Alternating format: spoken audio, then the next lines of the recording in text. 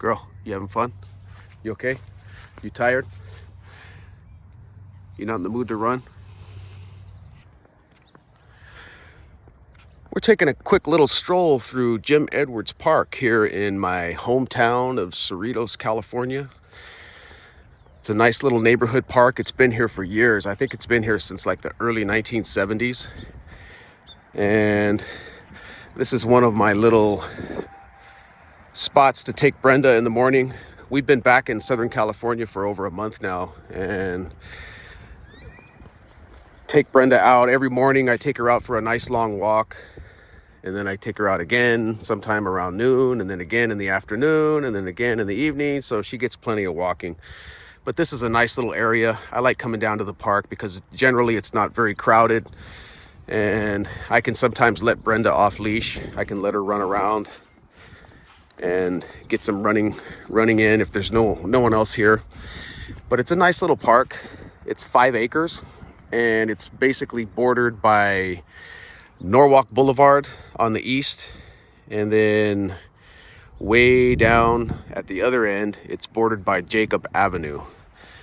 And Jacob Avenue basically cuts through a little portion of Cerritos, and it runs right up along Pat Nixon Elementary School, and then you have 195th Street right on the end. So yeah, this is basically my neighborhood. I grew up in this area. I went to Pat Nixon Elementary School, and before that I went to Cabrillo Lane Elementary School. But this park has always been a major part of my childhood. Brenda's not being very motivated today. She was sneezing like crazy earlier today, so I'm thinking maybe because of the wildfires, there's lots of smoke in the air, and I know my allergies have been killing me with all the Santa Ana winds blowing, and then you have the smoke and the ash in the air. I've been in pretty bad shape allergy wise lately, but so I think maybe Brenda's having some issues as well. And there's so many fruit trees growing around here. All the people have so many fruit trees growing in their backyard, and it's very tempting. You know, sometimes I actually see people come down here with a step stool, and they'll bring their a step stool, and they'll stand up on the stool, and they'll start picking fruit from people's backyards, which, you know, obviously you're not supposed to do that, but oh well, what are you gonna do? I'll grab fruit only if it's over the fence line. You know, there's a couple of guava trees out here, guavas, and then you have some loquat, kumquat, various citrus fruits. So if they're hanging over the fence line, or if they've dropped down to the ground, then I will definitely partake. But I'm not going to violate someone's property line, you know, in order to steal fruit. But some people around here do that. And as you can see, they have a nice basketball court. They have a volleyball court.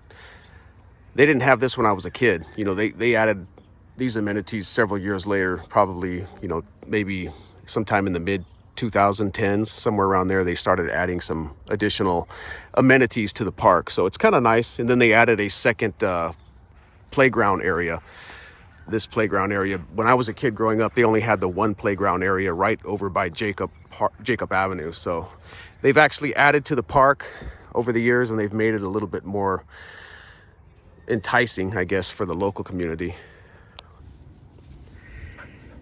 Yeah, I think Brenda's having an allergy attack because she's been itching and scratching lately, and she's been sneezing a little bit. And I just gave her a bath 2 days ago, so she's not dirty, but I'm thinking she just might be having some allergy issues with, you know, the air and everything that's floating around in the atmosphere. So I might have to get some medication out and start looking for any hot spots that she might have. She loves to roll around on the grass. She loves that. I know it feels good. Right, girl? Are you a hedonist?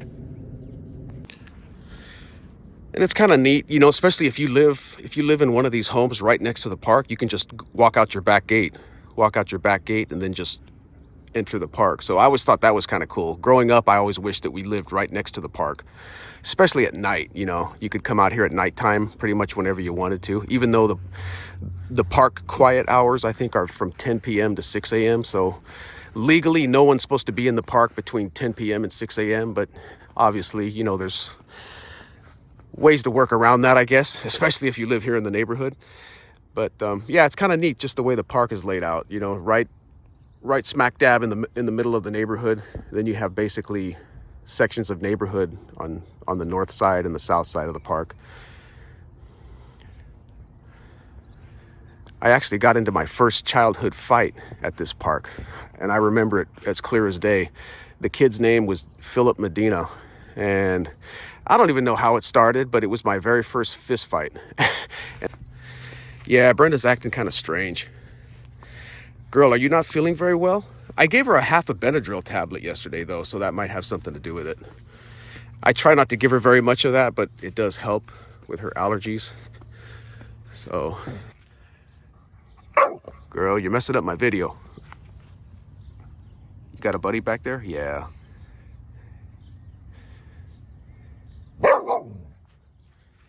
She's always got to start shit.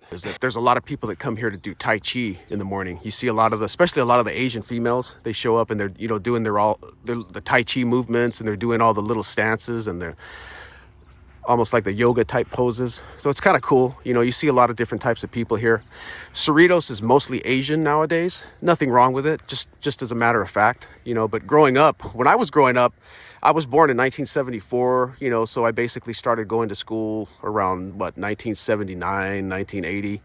And growing up, it was much more mixed. There were still quite a few Caucasians that lived here, and then there were a lot of Asians moving in. There were a few Hispanics, very few blacks, and it stayed that way for quite a long period of time. And then a lot of the Asians started moving in. So now Cerritos is predominantly Asian, and I believe the main ethnic group in Cerritos is actually Filipino. It's Filipino, and then the second is either Chinese or Korean. So the demographics have obviously changed since when I was coming up as a young child. This is the far end of the park over by Jacob Avenue. So we walked all the way over from Norwalk over here to Jacob Avenue, which is the western terminus of the park. Then you have a lady over there doing some exercise. I see her here almost every morning. And yeah, this was the main playground area when I was a kid, right here. Obviously, it didn't look this modern. They changed the equipment over the years, and then they added that little soft neoprene flooring to the workout area. They didn't have that when I was a kid. If you were playing on the monkey bars or something and you fell off, or you were on the swing and you fell off, you basically just fell onto the concrete. So that was back before before things were as I want to say woke.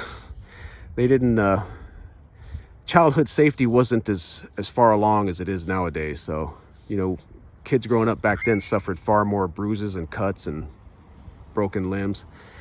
They used to have a giant fake tree, like a tree stump right here, right in the middle, and that was one of the main areas that we would play on, that tree stump.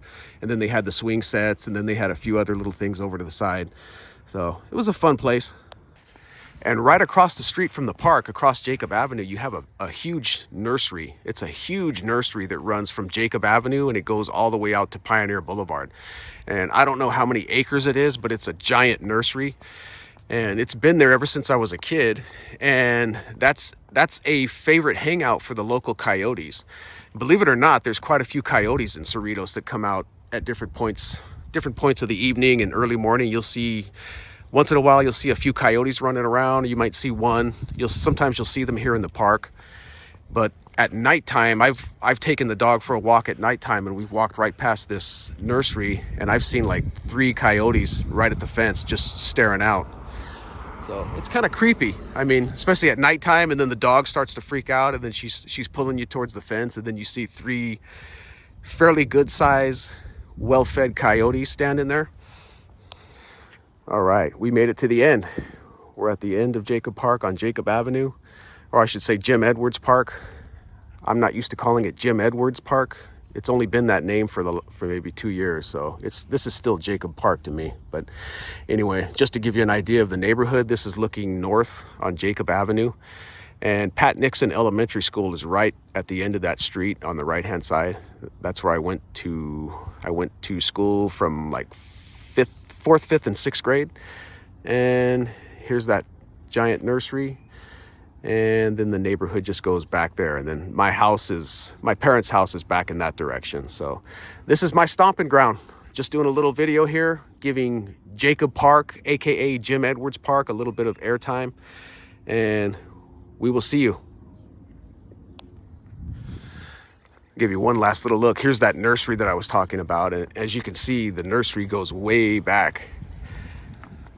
And I saw three well-fed coyotes basically standing right here not too long ago. They were just sort of just casually standing there looking through the fence line. And obviously Brenda was going nuts. But yeah, this is one of their favorite hangouts here in this giant nursery. And obviously you have raccoons and there's skunks and there's possums, and there's quite a bit of wildlife actually here in the city, believe it or not. You wouldn't think there would be, but there is.